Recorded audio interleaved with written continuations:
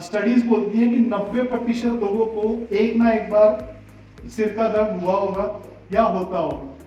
तो वो I think सबसे सबसे कॉमन दिक्कत जो न्यूरोलॉजिकल प्रॉब्लम है वो यही है सबके लिए। तो कौन से कॉमन कॉजेज हैं जिसकी वजह से हेडेक्स वर्सन हो सकते हैं, ज्यादा खराब हो सकते हैं। एक तो चेंज ऑफ वेदर, जब मौसम चेंज होता है तो हेडेक्स बढ़ जाते हैं। तो उस टाइम पे हमें यही करना है कि सर्दी है तो कपड़ा बांध के रखिए, अगर गर्मी है तब भी आप अपने सिर को कवर रखिए, तो उससे क्या होगा, हेडेक्स कम रहेंगे। धूप में जाते हैं गॉगल्स पहनिए।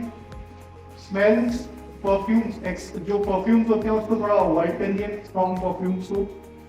अच्छी स्लीप लीजिए, 6 से 8 घंटे की नींद बहुत जरूरी है हेडेक्स को अवॉइड करने के लिए।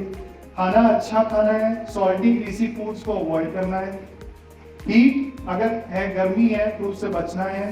पानी ज्यादा पीना है, 6 से 8 ग्लास पानी के हर रोज के पीने हैं, उससे भी हेडेक्स कम हो जाती है, तो वो बहुत जरूरी है हमारे। अब कुछ हेडेक्स ऐसे हैं जिसमें हमें ध्यान देना है कि ये एक नॉर्मल हेडेक नहीं है, ये कुछ ना कुछ गड़बड़ है भाई। अब गड़बड़ कब होगी, ये चीजें ध्यान रखनी है उसमें। अगर पेशेंट को बुखार भी आ रहा है, वेट लॉस हो रहा है हेडेक के साथ, तो ध्यान दीजिए उसके। अगर पेशेंट को कोई कैंसर है, HIV है, तो उसमें भी ध्यान दीजिए। अगर पेशेंट कंफ्यूज हो रहा है हेडेक के साथ, उसको बेहोश रह रहा है, तो वो भी ध्यान देना है, उसमें भी आपको ध्यान देना है, वो नॉर्मल हेडेक नहीं है। अगर पेशेंट को एकदम से सिर दर्द चालू हुआ, बहुत तेज चालू हुआ, उसमें भी आपको ध्यान देना है, कभी भी उसको लाइटली नहीं लेना। पेशेंट अगर 50 साल से ऊपर है, कोई भी हेडेक को ध्यान देना है। 50 साल के ऊपर किसी भी तरीके का हेडेक को आपको अननोटिस नहीं जाने देना। अगर पेशेंट को आंखों में धुंधलापन आ रहा है, देखने में दिक्कत आ रही है, उसमें भी अगर हेडेक है तब भी हमें उसको ध्यान देना है।